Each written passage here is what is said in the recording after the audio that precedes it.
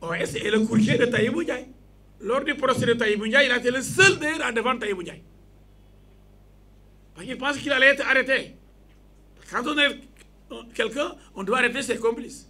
Il dit à Mamour, dencoon naa fi di ay 350 mètres carrés fii qui dama bëggoon nga jox ma ko. Ça c'est honteux. Vous savez que l'État ne connaît pas ses terrains. Ce sont les agents de l'État qui connaissent les terrains de l'État. Et il s'en est bien servi, hein. Il s'est bien régalé avec les terrains. Il demande un terrain pour Pastef. J'ai la demande ici. Je vais vous montrer ça au WhatsApp. Adressé à Mamour Diallo. Pour dire que, oui, j'ai dit qu'il y a un terrain. Il y a un terrain qui est à Sekar Gorgui. Il faut qu'on le lui donne pour qu'il y édifie sa permanence.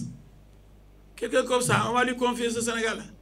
Parce que c'est le dernier des partis. Il ne faut pas s'attendre à ce que lui soit juste.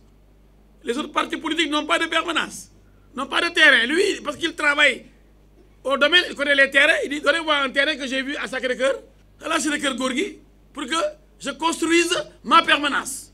Comme il terrorise la République, les poltrons étaient d'accord pour lui donner le terrain. Mamour Diallo lui a dit écris-moi pour avoir des traces. Avec des gens comme ça, il faut des preuves écrites. J'ai la preuve écrite. Il écrit pour demander ce terrain de l'État pour y édifier sa permanence, la cité Keur Gorgui. Parce qu'il est inspecteur des domaines, il connaît des terrains. Et qu'est-ce qu'il dit à Mamour Diallo? Grand, dafa benn terrain bu ma làqoon fii bëggoon ngeen jox ma ko làqoon fii terrain bu ma làqoon fii bëggoon ngeen jox ma ko daal mu ne ko ban terrain bind ma. C'est pourquoi il en veut à Mamour Diallo. C'est pourquoi il a choisi Mamour Diallo. Comme il ment, il invente. Et il lui en veut, il l'attaque. Un autre terrain que lui avait donné Tahibou Ndiaye à Niakrab, dans la banlieue, de plusieurs hectares. Il y a eu des contentieux avec des privés.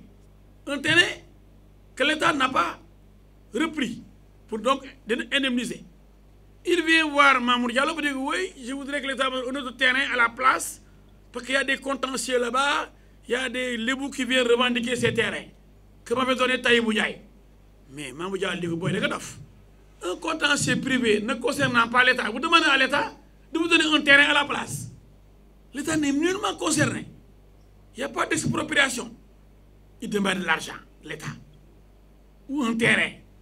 Ne parlons pas des terrains qui ont été distribués, vendus par le bonhomme. Et ça clique. Dans son bureau politique, il y a tous ces éléments des impôts et domaines qui étaient avec lui dans le syndicat et qui se sont bien servis d'ailleurs en matière de terrain. Quelqu'un comme ça, on va lui confier notre pays.